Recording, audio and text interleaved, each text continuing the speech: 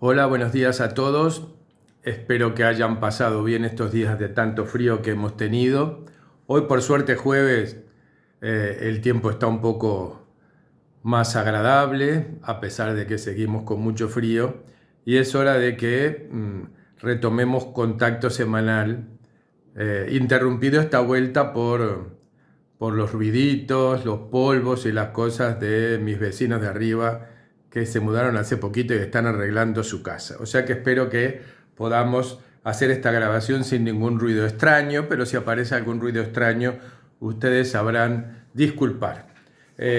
Recordarán que la semana pasada continuamos con el análisis de los espectáculos, las actividades culturales que llenaban la cartelera montevideana en las primeras décadas del siglo XX y que permitían diversas opciones para disfrutar del ocio recientemente conquistado por las clases medias y trabajadoras. Eh, a partir de hoy vamos a dedicar un par de días a tratar uno de los temas fundamentales de esta primera década con relación a los espectáculos, ya que, como todos ustedes saben, una vez que a principios del siglo el cine hizo su aparición, se convirtió rápidamente en la vedette de los espectáculos. Eh, Hay que hacer notar con respecto al cine, antes de entrar a los detalles que vamos a ir viendo en estas próximas sesiones, que el cine es un invento europeo. Recordarán que surge en Francia eh, y que rápidamente se expande a todos los lugares del mundo. Muy pronto se va a notar que el cine es un vehículo estupendo para poder transmitir al mundo y compartir una ideología, una forma de ver el mundo que va a ser aprovechado por las potencias en pugna a principios de siglo, ¿verdad? Hay claramente en esta época nosotros tenemos un modelo cultural o civilizatorio europeo que lleva muchos siglos de hegemonía y de vigencia en el mundo, que se encuentra en unas etapas realmente complejas. Ustedes recordarán que esa primera mitad del siglo XX va a estar signada por la aparición de los dos últimos imperialismos europeos, o por lo menos de los dos últimos intentos de proyectar un mundo imperial colonial por parte de las dos últimas potencias que surgen en Europa, Alemania e Italia, que recordarán ustedes que se consolidan en el último tramo del siglo XIX. Cuando estas dos potencias llegan a consolidarse como una nación unificada, se encuentran con que el mundo está dividido entre los antiguos poderes coloniales y que ellos no tienen la posibilidad de crear un mundo colonial propio. Es por eso que los intentos tanto de Alemania como de Italia de buscar un espacio para establecer su poder colonial es el que lleva a las dos contiendas mundiales de Primera y Segunda Guerra Mundial. Ese modelo cultural entonces hegemónico que estaba representado por Europa, al finalizar las dos contiendas, está realmente agotado, porque ha sufrido montones y todo el empeño productivo, el empeño creativo de estas naciones se centró en la ampliación de sus dominios territoriales coloniales. Y por lo tanto la vida cultural, la vida general se vio seriamente dañada. ¿Quién fue el beneficiario fundamental de este periodo de decadencia y de entrada en colapso de Europa?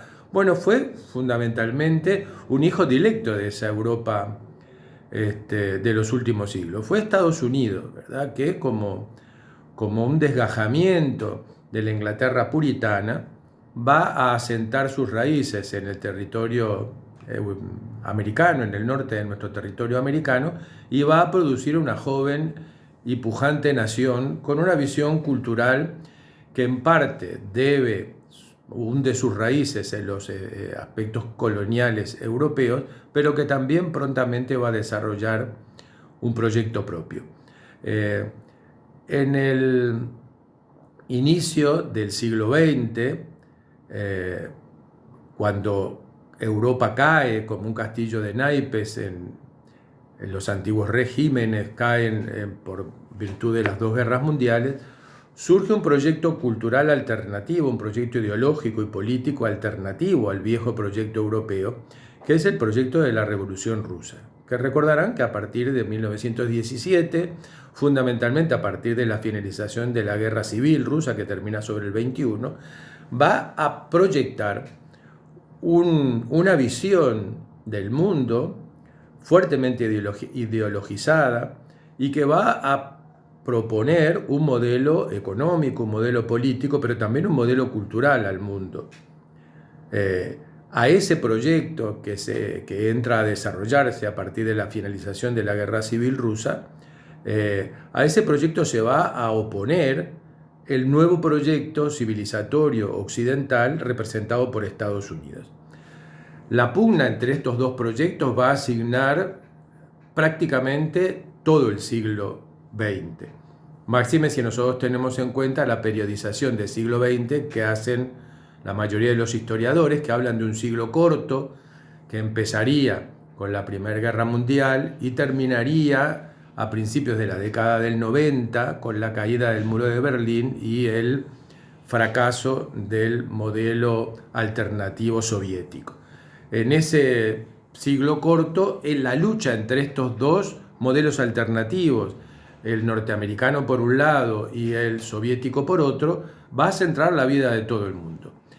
Antes del choque más profundo de estos dos sistemas que nosotros conocemos como Guerra Fría, ¿verdad? Aquella que se instaura una vez que termina la Segunda Guerra Mundial, antes de eso, antes de esa confrontación, de ese caminar por el filo, como nosotros estábamos acostumbrados durante muchas décadas de nuestra vida, ¿verdad? El no saber si mañana iba a haber una guerra nuclear, no saber si mañana, superada la crisis de los misiles de Cuba, superadas tantas cosas, el mundo iba a poder despertar o iba a estar sumido en un holocausto nuclear. Bueno, todo eso, antes de ese enfrentamiento que tenía un fuerte carácter bélico y que propició la carrera armamentista, antes de eso se inició una guerra por el modelo cultural, que últimamente se ha analizado mucho a nivel de la academia histórica y que nosotros conocemos como Guerra Fría cultural.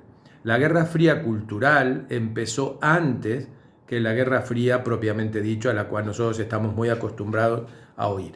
En esa Guerra Fría cultural, lo que se intentó fue exportar e imponer los modelos culturales de los dos proyectos en pugna. En esta guerra cultural, y fundamentalmente en Latinoamérica, fue importantísima el cine, ¿verdad? El cine se convirtió en uno de los principales vehículos de propagación del ideal cultural norteamericano y del proyecto colonial norteamericano. Envuelto en un ropaje muy seductor, donde la industria cinematográfica rápidamente fue avanzando técnicamente y produciendo productos altamente sofisticados y altamente seductores para el gran público. A través de ese elemento Estados Unidos bajó su modelo de vida fundamental al resto del mundo, pero específicamente y con mayor amplitud a América Latina. La aparición y el aterrizaje del American Way of Life, que nosotros lo tenemos muy claro a partir del final de la Segunda Guerra Mundial, se vehiculizó fundamentalmente a través del cine. Por lo tanto, nosotros vamos a tratar de ver algunos temas relacionados al cine, pero siempre tengan en cuenta que detrás de todo lo que nosotros estemos viendo está ese vehículo fundamental funcionando en una guerra fría cultural que nosotros como espectadores no percibíamos seguramente en la época que íbamos al cine y que nos embelezábamos realmente en esas magníficas producciones que venían de Hollywood. Hechas estas aclaraciones, voy a comenzar con una con una pequeña referencia que aparece en uno de los libros que estamos utilizando para analizar la parte cultural de esta época, que es el de Escenas de la Vida Cotidiana, de Daniela Buret y Gustavo Remedi. Recordarán que ya lo mostramos hace un par de semanas.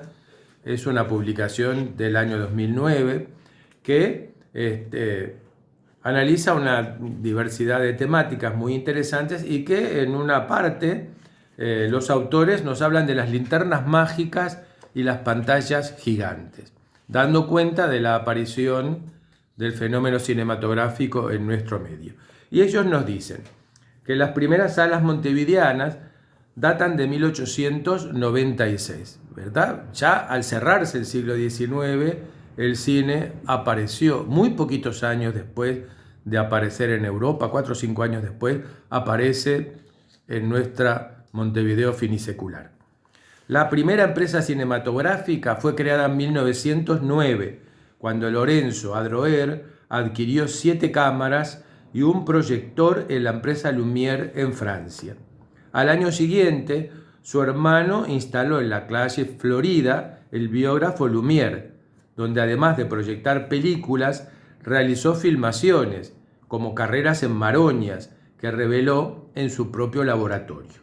La primera sala exclusivamente cinematográfica, ya que durante algún tiempo algunas salas ofrecían todo tipo de espectáculos, la primera entonces fue el Salón Novedades, fundado en 1900. En pocos años la ciudad entera se vio colmada de salas de cine. Nacieron los hoy desaparecidos cines de barrio, con sus jugosas matinés, y disfrutar de los estrenos cinematográficos pasó a ser el paseo de moda durante los fines de semana. Los cines pasaron a ser el nuevo corazón social y cultural del barrio. El atractivo residía en parte en la película y en parte en el hecho social: salir a pasear, reunirse con los amigos, ver y conocer a otras personas, conversar y tomar algo antes o después del cine. Entre los cines más elegantes sobresalieron el Capitol y el Doré. En 1911, solo en Montevideo, ya existían 25 salas de cine y en 1914 había más de 50. Y nos agrega Daniel Lustonó en su libro que también hemos estado utilizando, que se llama El Uruguay Feliz, Imagen y Memoria 1918-1933, cuando aborda en su capítulo 7 espectáculos cinematográficos y teatrales. Lustonó nos dice, hablando de esta misma época que acabamos de leer, el cine vivía un ciclo de esplendor. Dice, en 1928, por ejemplo, la inauguración casi simultánea del Rex Theater, el Colonial y el Alcázar había llevado a 74 las salas que funcionaron en ese año en Montevideo y que vendieron millones de entradas. Es decir, que al iniciarse la década del 30, Montevideo estaba plagado de salas cinematográficas y indiscutiblemente el espectáculo que colmaba las aspiraciones y que concitaba la mayor atención de los montevideanos era el cine. Lógicamente nosotros como generación nacimos en estas épocas y fundamentalmente fuimos partícipes del cine americano que se desarrolló durante el periodo bélico de la Segunda Guerra Mundial y el posterior a la Segunda Guerra Mundial. Ese es el que nosotros tenemos más claro porque fuimos espectadores de toda esa época. Esta etapa, que es la primera, con seguridad absoluta, muchos de nosotros las conocemos por cuentos de nuestros padres o de nuestros abuelos que presenciaron esta primera etapa de comienzos del cine. Volviendo al libro de Escenas de la Vida Cotidiana, nos dicen los autores, la posibilidad de atrapar, obviamente dice que el cine revolucionó la esfera de la producción cultural nacional. en la medida en que se produjeron algunos films locales, es decir, prontamente en Uruguay también se realizaron películas, siguiendo el ejemplo que los hermanos Lumière habían inaugurado en Francia. Y por lo tanto, no solo aparecen los primeros films locales, sino que el cine revolucionó también el consumo local de artefactos culturales, de ideas y de estéticas provenientes de las metrópolis regionales y mundiales. Y citan los autores: entre algunos de los films producidos localmente en esta época, valga recordar el largometraje Pervenche, escrito así, Pervenche, de 1919, de León Ibáñez Saavedra, Almas de la Costa, de 1923, de Juan Borges, o El pequeño héroe del Arroyo de Oro, de 1929, de Carlos Alonso. En lo que a mí personalmente respecta, yo de estos films, del único que tengo memoria real de haber visto fue el del pequeño héroe del Arroyo de Oro, que en la época en que nosotros éramos escolares era una producción que se utilizaba mucho en los ámbitos de la escuela. O sea que de los otros dos, de Almas de la Costa y de Pervenche, no tengo la más pálida idea de haber visto nunca estas dos películas, pero sí del pequeño héroe del Arroyo de Oro. Y siguen los autores diciendo: la posibilidad de atrapar en imágenes en movimiento un festejo familiar, de narrar visualmente los primeros reportajes a la realidad, es decir, el primer cine documental, como el caso del Pingo al Volante, o el film de Félix Oliver, Carreras de bicicletas en el velódromo de Arroyo Seco, de 1898, siguiendo el ejemplo de la salida de los obreros de la fábrica de los hermanos Luis y Auguste Lumière, dejar documentado un episodio histórico, como por ejemplo la guerra de 1904, dejar o imaginar futuros posibles, siguiendo el modelo del viaje a la luna de Georges Méliès, dio nacimiento a un nuevo tipo de construcción discursiva e historiográfica. Rápidamente el invento fue valorado y celebrado por su capacidad de propagar ideas, de ser un fiel guardián de la memoria y permitir un nuevo tipo de ficción. Fue utilizado políticamente en diversas oportunidades, el caso del registro y posterior exhibición de imágenes de la Revolución de Aparicio Saravia o de la celebración del Poeta de la Patria en 1920, cuando el estreno de la ópera Tabaré en el Teatro Solís. También existió una filmografía documental de ficción y hasta un rubro denominado de aficionados, donde se conservó para la posteridad, por ejemplo, la diagramación de la Rambla Sur, la demolición del Bajo, la construcción de la Diagonal Agraciada y del Estadio Centenario, además de diversos tipos de festejos patrióticos y espectáculos carnavalescos, ¿verdad? O sea que el cine prontamente se convirtió, a pesar de los rudimentos de la época, se convirtió en un elemento fundamental de registro, que para nosotros hoy es un registro histórico, en tanto y cuanto nos da imágenes de estas primeras etapas del siglo XX y que son tan importantes para reconstruir nuestra memoria histórica. Un cine que provenía de aficionados que comenzaron a seguir los pasos de los hermanos Lumière, muchas veces filmando cosas muy cotidianas, pero que eran toda una novedad cuando se mostraban en una sala de proyección. Y también documentando muchos acontecimientos de la época que para nosotros son hoy invaluables testimonios. O sea que bueno, vamos a parar aquí un segundito y vamos a retomar en el otro videíto el tema este.